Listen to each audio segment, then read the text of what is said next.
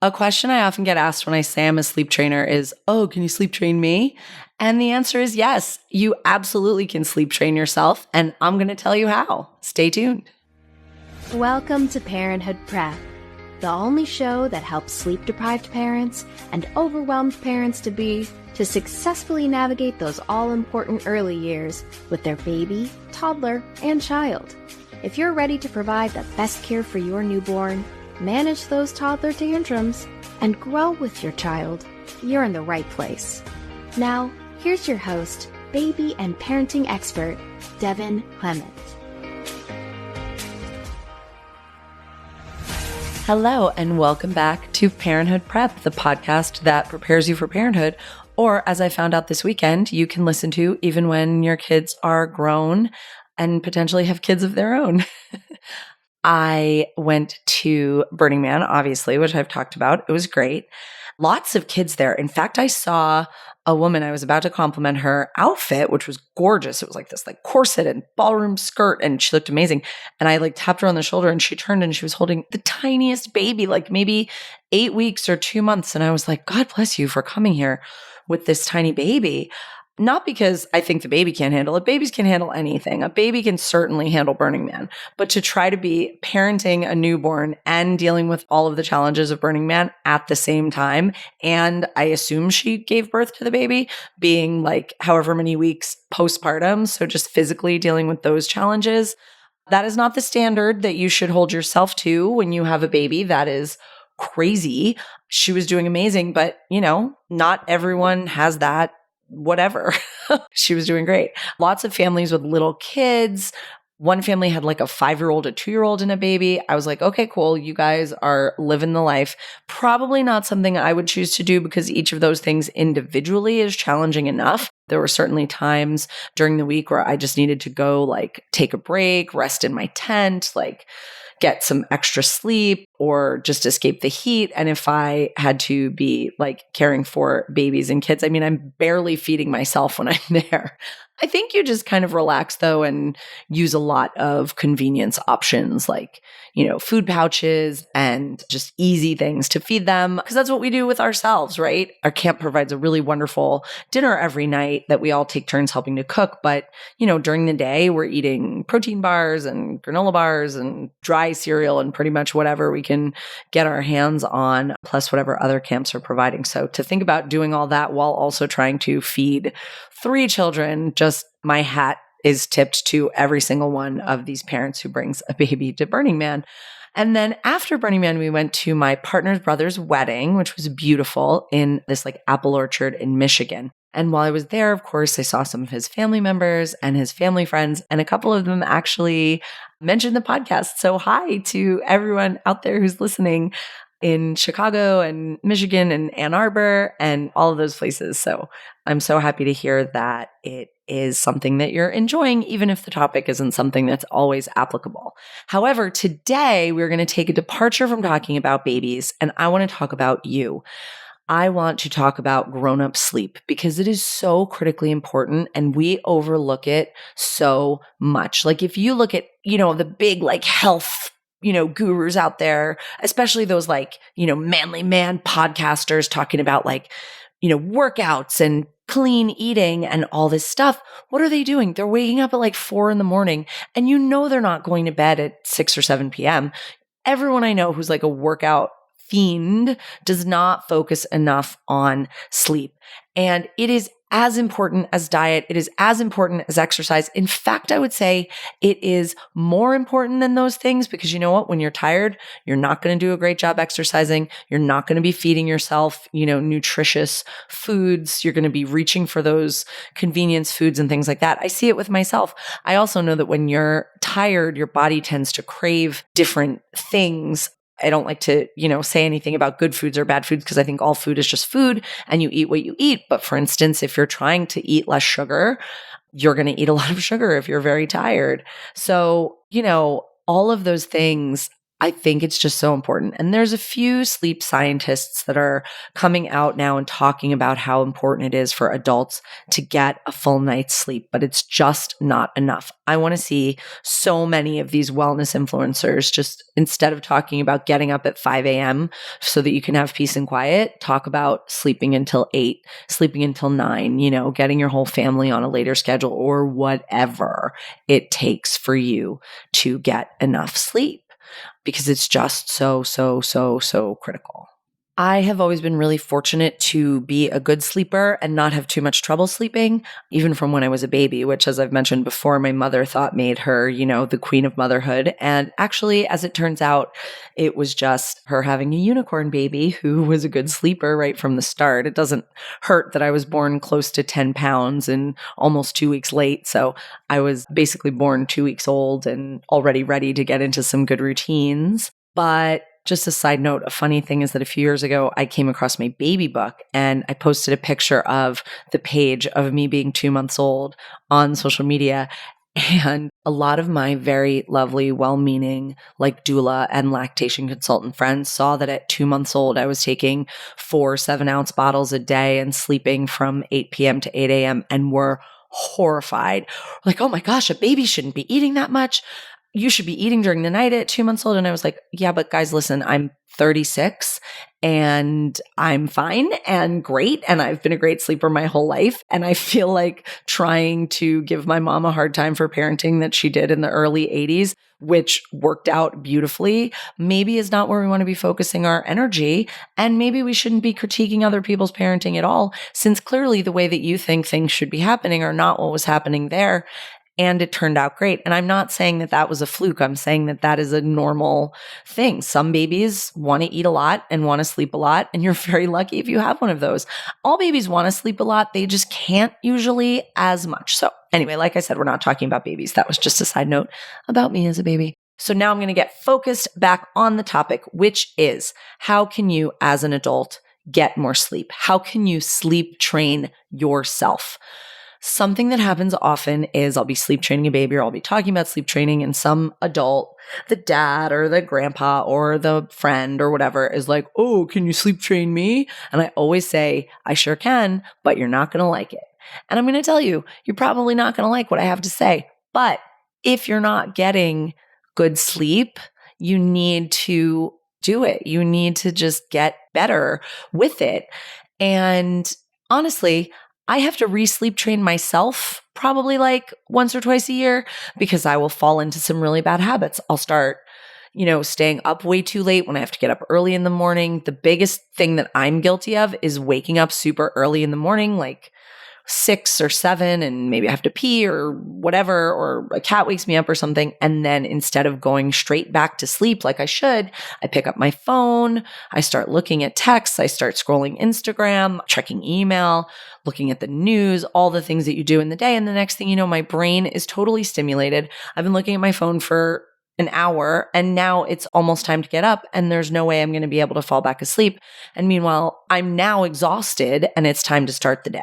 So every 6 months or so, when I get into those bad habits, I have to really tell myself, no, we have to stop doing this. And I'm going to talk to you about what some things are that will really help you with these things. So a lot of the advice I'm going to give you seems super dumb, but I want you to look hard at what you are actually doing in the evening, in the nighttime, and tell me if you're actually doing these things that I'm telling you to do, because I bet you're not. If you're doing everything perfectly, your sleep hygiene is great, all these things are true, and you're still struggling, it's absolutely time to see a doctor or a sleep specialist or talk to your therapist about it, because there's something bigger going on here. But I think for the most part, a lot of adults just have a major sleep hygiene issue. And we all know a big part of that problem, right? It's the phone, it's the iPad, it's the TV, it's the blue light, it's the stimulation. But don't worry, I'm not going to tell you that you're not allowed to look at your phone for 12 hours or whatever. So we want to actually go to bed, right?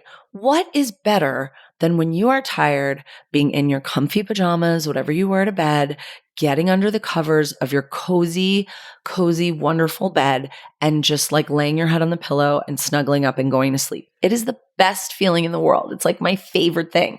But we create so many obstacles. There's so many obstacles between us and that beautiful drift off to sleep. So step one, look at your bed. Is it nice? Do you like getting into it? Are your sheets, soft enough or crisp enough or whatever? Are they dirty? Are they saggy? Do you hate them? Like, get new sheets. Don't get into a bed that you hate. Make it a wonderful oasis. And to that point, don't put stuff all over it. If you are trying to go to bed at your bedtime, or ideally 30 minutes to an hour before your bedtime, don't have the bed covered in laundry. Don't have the bed covered in papers and stuff that you've been throwing on there all day, because you don't want to give yourself chores to do when you're tired and you want to go to sleep. Because here's what happens. We're sitting on the couch, maybe watching TV. Maybe we're still in our clothes for the day. We start to get tired and we're like, oh, I should go to bed. Maybe it's like, I don't know, 9 o'clock or 10 o'clock. We should go to bed. Oh, but there's stuff all over the bed. I don't want to clear that off. But I'm still in my clothes from work. I don't want to change into my pajamas. I'm just going to stay here and watch another hour of television. Are you going to get more motivated to clean your bed off and change into your pajamas during that hour of watching television? Of course not. You're already exhausted. So what you want to do is get ahead of it. I'm not saying you can't use your bed to like fold laundry during the day or whatever you're doing, but get the bed cleared off well before your bedtime. Get that bed ready to just slide into, your nightly routine, whether that's like washing your face, brushing your teeth, doing some skincare, whatever you're doing, changing into your comfy bed clothes, changing into your pajamas or whatever. Do those things early so that when you finally get tired, you can say, oh, all I have to do is go down to my bed and get into it. Feed your pets, do all the things that are going to keep you from getting into bed, because it's not conscious. We don't say, oh, I'm not going to sleep because I don't want to do the laundry. Our brain just tells us, watch one more episode of The Bear. Watch one more episode of House of Dragons. And then the next thing you know, you're like dozing off on the couch with the TV on, blasting blue light into your eyeballs. And that's not great. So figure out what are the obstacles between that moment where you can just slide under the covers and be so cozy with your head on the pillow. Do you hate your pillows? Do you have the right blankets? Is it too hot in your room? Is it too cold in your room? Really do an audit of your sleep situation and say, I need to fix these things. Do you have a baby that's like maybe sleeping in a bassinet on your side of the bed and every little noise and snuffle wakes you up? And maybe if you switch them over to the other side by your partner, that would be better. What are the things? Maybe you have a pet that's like taking up the whole bed and you want to like get them, moved off. If you're sharing a bed with someone, recruit that person to help. Like, hey, can you, take the dog out for the last walks while I get ready for bed, because you fall asleep so much faster than I do. So you can do that last chore and just easily get into bed once I'm already winding down. Like I said, you don't have to put your phone away like 2 hours before you go to sleep. That's impossible. No one's going to be able to do that. But I do want you to put your phone down maybe 15 minutes before you go to sleep, 30 minutes before you go to sleep. When you get in bed, you can still be looking at your phone, but say, okay, now at this time, whatever time that is, I'm going to put it down and I'm not going to pick it up again. You can read a book. You can read a magazine. You can listen to a meditation track or a calming track or, something like that, something that's going to help you wind down, but is going to shut off by itself. Something I really like is, there's different apps that will kind of keep you from using your phone. I like one called Forest, where you like grow a tree over the amount of time that you don't want to mess with your phone. And if you can, like open it up and look at your phone again, but you like kill the tree. I have like never once killed a tree. Now, do I sometimes not turn Forest on just because I know I'm going to want to look back? Of course. But maybe you put it on the other side of the room. I know a lot of people do that. That's up to you. I think that's great because then it's not like right by your face. It's not, lighting up. Speaking of things that light up, the baby monitor. If you have children and you are using a video baby monitor, first of all, if it's on your phone or on your iPad, definitely turn that screen off. You do not need to be watching your kid sleep in the middle of the night while blue light glows into your face. If you need to wake up and you want to check on the baby, great, do that. But please try as hard as you can not to have it glowing in your face. You will be fine. Your baby will be fine if you are not asleep with blue light glowing into your eyeballs. So make your sleep environment really cozy, really nice. Replace things that you need to replace. If that's not something that's financially accessible to you, wait for sales, maybe see if any of your friends are like getting rid of anything.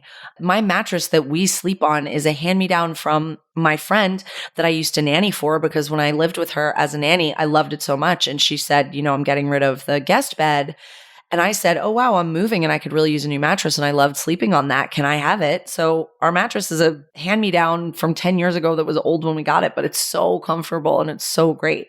Whatever it takes to make that bed comfortable. Now, you've heard of weighted blankets. I think they're great. I think they're a little impractical because sometimes they're so heavy that you feel like you can't even move under them. I find that I sleep really well if my blanket is like a normal blanket, but it has some weight to it, like a big fluffy comforter or like a down duvet or something that just gives me that little bit of extra pressure without being so heavy that it weighs me down. I've been at clients or staying places where, all they had was like a very light blanket and I did not sleep as well as I normally sleep. I know for myself that I need a big fluffy blanket that is just a little bit heavier, and that makes a big difference for me. So if that's something that makes a big difference for you, get something like that. Figure out the temperature in the room. Are you too hot? Are you too cold? Do you want a fan? Do you want, maybe even a space heater? Do you want a hot water bottle or like a heating pad under the covers before you get into bed that you will then turn off because you can't sleep with an electric heating pad on? We have this amazing thing called the BedJet. This is not an advertisement for them, but I do love it so much. It has the silliest commercial on YouTube. Just look it up, BedJet commercial. It's like this woman and her husband is the devil and he likes things really hot and she likes things really cold. And it's just so funny. But it's basically this like little mini air conditioner and heater. Well, it's not that little, but it's smaller than like an air conditioner unit. And it has this like tube that goes up under the covers and it blows hot and cold air under the covers, whatever you want. You control it from your phone or from a remote if you don't want to use your phone. And it is the best thing ever. In the winter, I like preheat the bed. Even in the summer when like we're blasting the air conditioning, it can be nice to like get the bed a little warm before we get in. In the night, when you get too hot, you can blow the cold. It's so good. So again, think about all those things. What is it going to take to make your bed a place that you are absolutely dying to get into at that time of the night? Do your routine early. Get in your pajamas. Get ready so that at that point when you're like, okay, I'm tired, I want to go to bed, you don't have 30 minutes of work in front of you that it's going to take to get you into bed. In the sleep sense, not in the other sense. Yes, I'm trying to get everyone into bed. So change into your pajamas, do your routine, wash your face, brush your teeth, etc. That's honestly some advice I myself need to take because I feel like I'm always like, oh, we just have to feed the cats and we have to do this and we have to do that. I want to do those things earlier so that I can get ready to get into bed. Now, I don't necessarily think you should be watching TV right up until the moment that you're about to fall asleep, but you can if you want to. It's, again, not going to be a deal breaker. I'm not going to tell you that the only way you can get sleep is if you have 2 hours of, nothing but listening to gong sounds on an old time Discman CD player before you try to go to sleep. I know that's not practical, but do wind down. I've talked about this before. Turn out the lights, turn down the lights, dim the lights, get the environment calmer. If you have kids that are going to bed early, you should be doing this before their bedtime anyway, and that should be helping you wind down as well. Don't go blazing the lights back up after the kids go to sleep.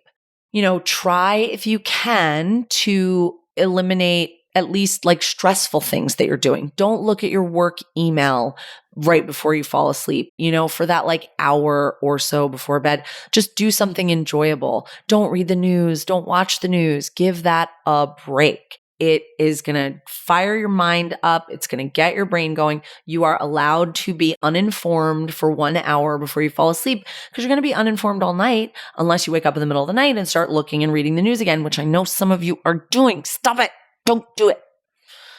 So if that temptation is too strong, then maybe you do need to put your phone on the other side of the room. There's so many good books, read a book, get a Kindle. I have the Kindle Paperwhite. It's, still light, but it's not anywhere near as like bright and just brain melting as phone light or iPad light.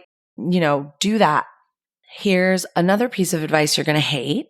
Cut out caffeine, or at least cut it down. I know so many people think they can just like drink coffee all day and it doesn't affect them at all.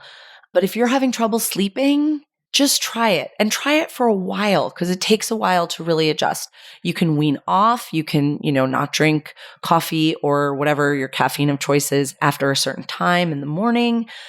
But it absolutely has an impact on your sleep quality. I know I don't drink a lot of caffeine, but when I do, I absolutely see a huge difference in my quality of sleep.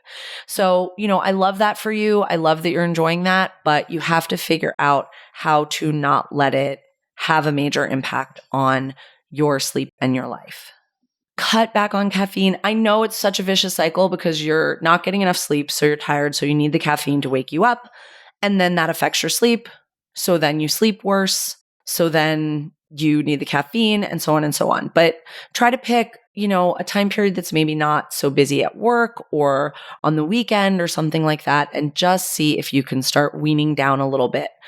A big thing that happens with my clients when we sleep train their babies, which is pretty much, kind of the biggest just instant change that can happen in your ability to get sleep.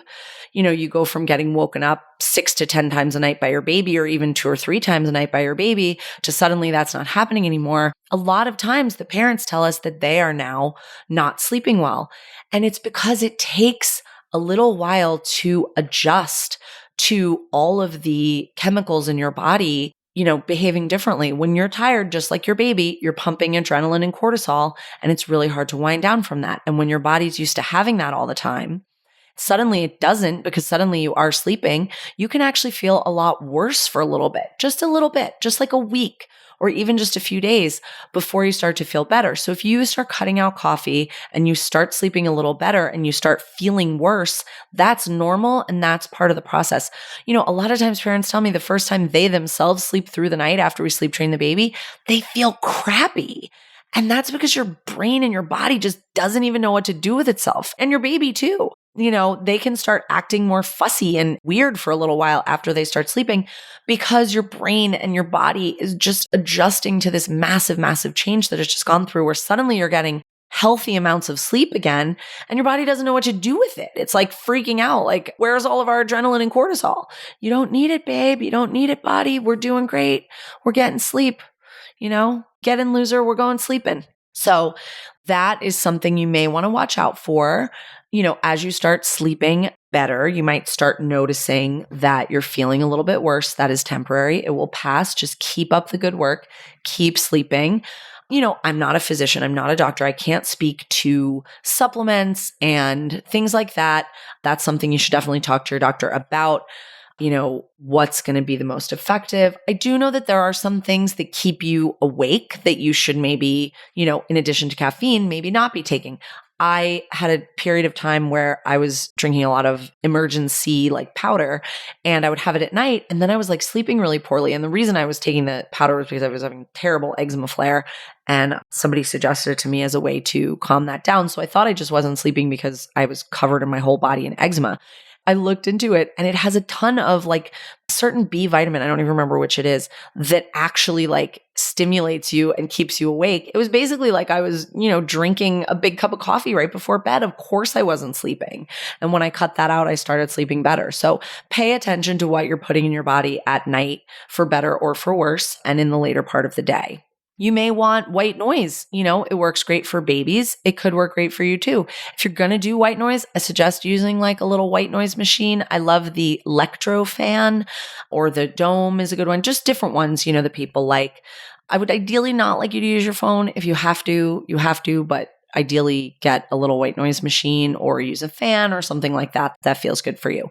Also, think about your schedule. I know a lot of us don't have really any flexibility in the time that we can be sleeping, either because of kids, because of work, because of, different restrictions, but we all have a natural circadian rhythm that makes the most sense to our body. And it's really hard to fight against that. I am a night owl. I like to stay up late. It's hard for me to go to bed early, and I like to sleep in the morning. I don't like waking up early. So I have managed periodically throughout my life, not always, but to have, jobs and demands that allowed me to sleep from, say, 2 a.m. to 10 a.m., which, society and capitalism is going to give us a hard time about that and be like, oh, well, you're lazy if you sleep in. Why are you not lazy if you go to bed at 8 o'clock at night? I have 6 hours between 8 p.m. and 2 a.m. that I can get stuff done. That's just my little soapbox about that. Also, when people are like, oh, get up early, get up at 5 or 4:30 so that you can have some peace and quiet where no one's like bothering you. No one's bothering you between midnight and 2 a.m. too, or between 11 and 1 or whatever. So if you feel like you have to really force yourself to go to sleep super early, then maybe you have a later schedule. Or if you feel like you're super tired by 8 o'clock and you want to sleep from 8 to 5 or 8 to 6 or 8 to 4 or whatever, and that's your natural rhythm, don't let people let you feel guilty for going to bed at 8 o'clock.